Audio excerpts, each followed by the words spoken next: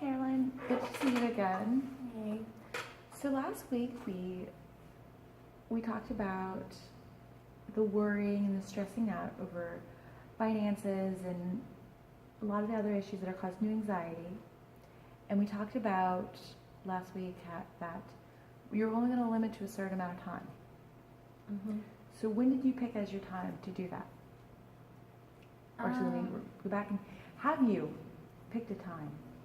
Yeah, I did like evenings, like after dinner, so it was around like 8 or 9 o'clock at night. So, I was able to go to sleep and not have my mind racing. So picking an hour a day to worry helps? Kind of. For the most part, if I was home alone and stuff, it was easy. It's just when my sons were bringing issues to my attention, it's hard not to worry. But outside of that, it seemed to work. So tell me,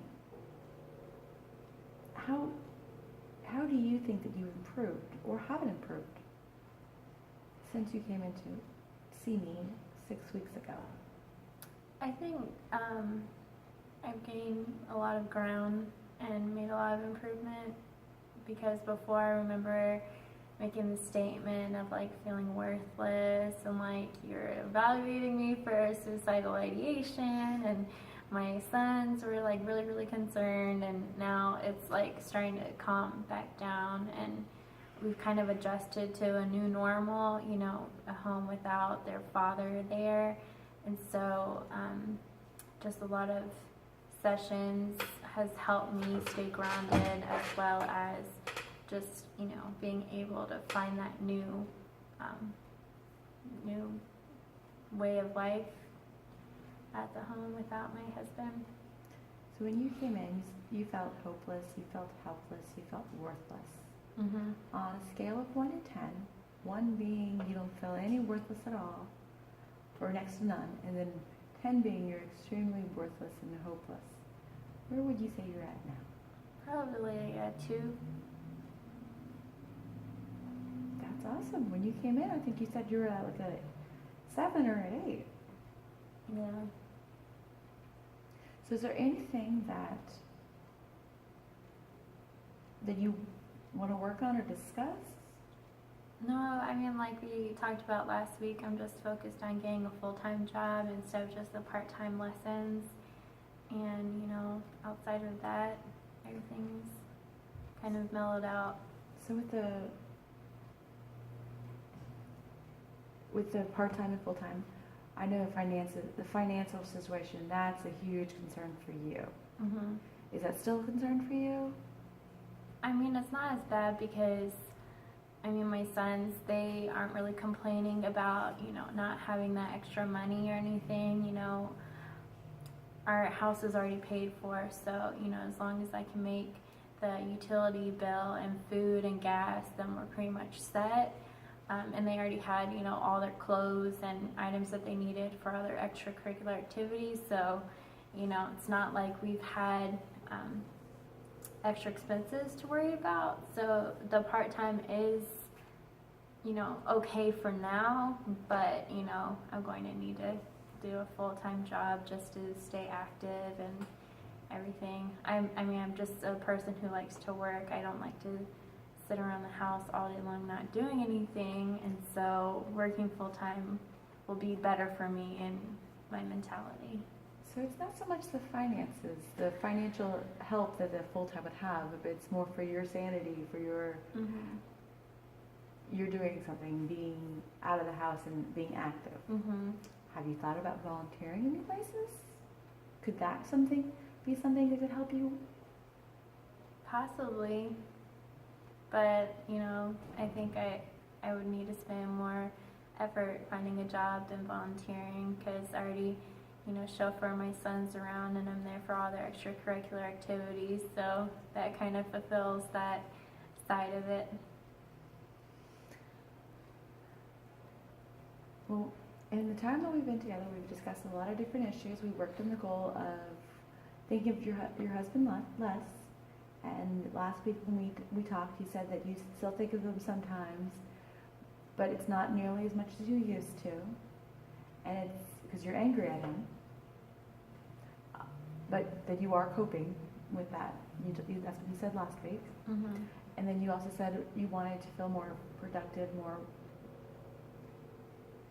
have more worth.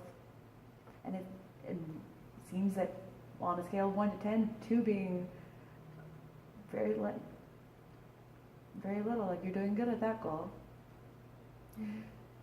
So if a situation like this arises again, how would you handle it?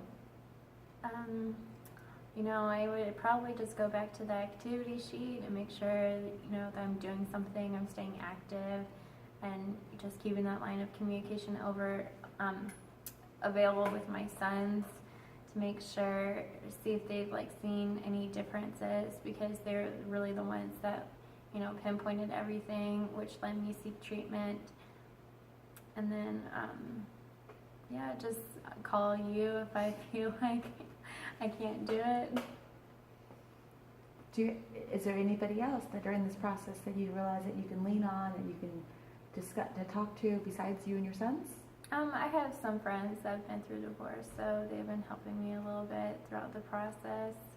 And I think by me not having any line of communication with my ex-husband, it helped me move on quicker than I would have if we were still communicating, because those emotions would still be fresh. Every single time you look at your phone and you have a phone call or a text or an email or something, that just brings everything up again. But being that it's been we're separated and we don't have that communication, it's been helping me just find other support systems and just kind of move on away from that situation. So it sounds like you're coping better than you were. Mm-hmm. Because when we first started meeting, I told you I can't cure everything. I don't have a magic wand, but we can work on coping skills. And it seems like your coping skills, that you learned how to use the activity log to make sure that you're active, and that you make sure that you do put something in your daily routine that you enjoy doing. Playing piano is something you enjoyed that Mm-hmm. helped you cope with your emotions, and talking to your children, and having a set time where you can worry instead of all the time. Mm-hmm. So it seems like you are learning coping skills. Mm-hmm. Do you feel that we've reached our goals? I think so, because I can do it. I feel like I can do it now. Do we need to have a follow-up appointment? We probably, we could maybe in a few weeks, or I could just call you, or it's just up to you. Let's go ahead and set, sorry, I didn't mean to interrupt you. Let's go ahead and set 2 weeks out, Mm-hmm. one last final appointment, just to kind of see how everything's going. Okay. And in the weeks from here till now, I just want you to continue using your hour a day of coping, and maybe not of coping, of worrying. And maybe when you're worrying during that hour a day, write them down and maybe see if you can write down a solution or write down something that can help that problem. Mm-hmm. And then also see how your other divorced friends have dealt with some of the issues that you're facing. Mm-hmm. And then I'll see you in 2 weeks. Okay. Thank Have a you great so evening. much. Okay.